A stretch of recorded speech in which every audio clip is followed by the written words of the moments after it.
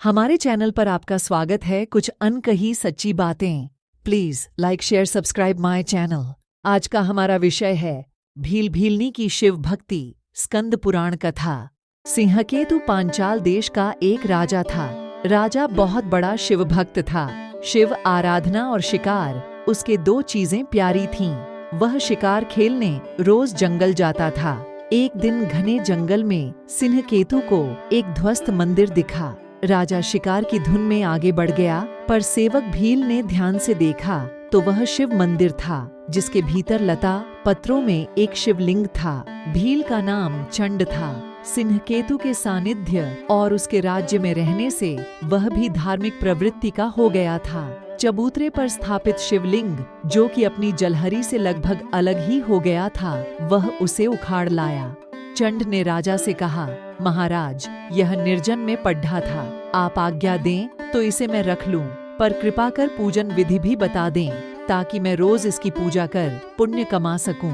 राजा ने कहा कि चंड भील, इसे रोज नहलाकर इसकी फूल बेल पत्तियों से सजाना, अक्षत फल मीठा चढ़ाना, जय भोले शंकर बोलकर पूजा करना और उसके बाद इसे धूप दीप दिखाना। राजा ने कुछ मजाक में कहा कि इस शिवलिंग को चिता भस्म जरूर चढ़ाना, और वो भस्म ताजी चिता राख की ही हो। फिर भोग लगाकर बाजा बजाकर खूब नाच गाना किया करना। शिकार से राजा तो लौट गया, पर भील, जो उसी जंगल में रहता था, उसने अपने घर जाकर अपनी बुद्धि के मुताबिक एक साफ सुथरे स्थान पर शिवलिंग की स्थापना की और रोज ही पूजा करने का अटूट नियम बनाया। भीलनी के लिए यह नई बात थी। उसने कभी पूजा पाठ न देखी थी। भील के रोज पूजा करने से ऐसे संस्कार जगे कि कुछ दिन बाद वह खुद तो पूजा न करती, पर भील की सहायता करने लगी। कुछ दिन और बीते तो भीलनी पूजा में पर्याप्त रुचि लेने लगी। एक दिन भील पूजा पर बैठा तो देखा कि सारी पूजन सामग्री तो मौजूद है, पर लगता है वह चिता भस्म लाना तो भूल ही गया। वह भागता हुआ जंगल के बाहर स्थित श्मशान गया। आश्चर्य, आज तो कोई चिता जल ही नहीं रही थी। पिछली रात जली चिता का भी कोई नामो निशान न था, जबकि उसे लगता था कि रात को मैं यहाँ से भस्म ले गया हूँ।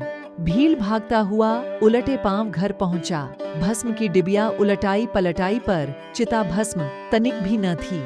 चिंता और निराशा में उसने अपनी भीलनी को पुकारा, जिसने सारी तैयारी की थी। पत्नी ने कहा, आज बिना भस्म के ही पूजा कर लें, शेष तो सब तैयार है। पर भील ने कहा नहीं। राजा ने कहा था कि चिता भस्म बहुत जरूरी है, वह मिली नहीं, क्या करूं?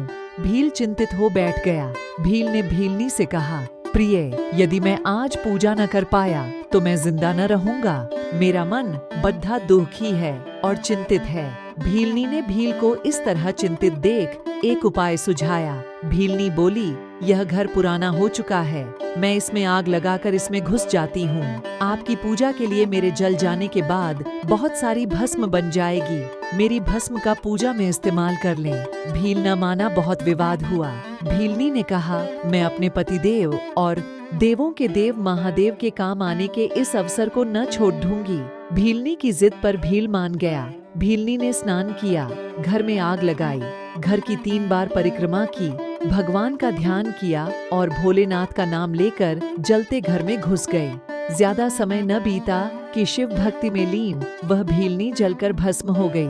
भील ने भस्म उठाई, भली भांति भगवान भूतनाथ का पूजन किया।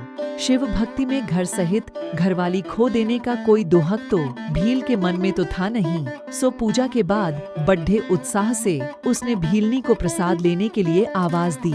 क्षण के भीतर ही उसकी पत्नी समीप बने घर से आती दिखी। जब वह पास आई तो भील को उसको और अपने घर के जलने का ख्याल आया। उसने पूछा, ये कैसे हुआ? तुम कैसे आई? ये घर कैसे वापस बन गया? भीलनी ने सारी कथा कह सुनाई। जब धधकती आग में घुसी तो लगा जल में घुसती जा रही हूँ और मुझे नींद आ रही है। जगने पर देखा कि मैं घर में ही हूँ और आप प्रसाद के लिए आवाज लगा रहे हैं। वे यह सब बातें कर ही रहे थे कि अचानक आकाश से एक विमान वहां उतरा। उसमें भगवान के 4 गण थे। उन्होंने अपने हाथों से उठाकर उन्हें विमान में बैठा लिया। गणों का हाथ लगते ही दोनों के शरीर दिव्य हो गए। दोनों ने शिव महिमा का गुणगान किया और फिर वे अत्यंत श्रद्धा युक्त भगवान की आराधना का फल भोगने शिवलोक चले गए।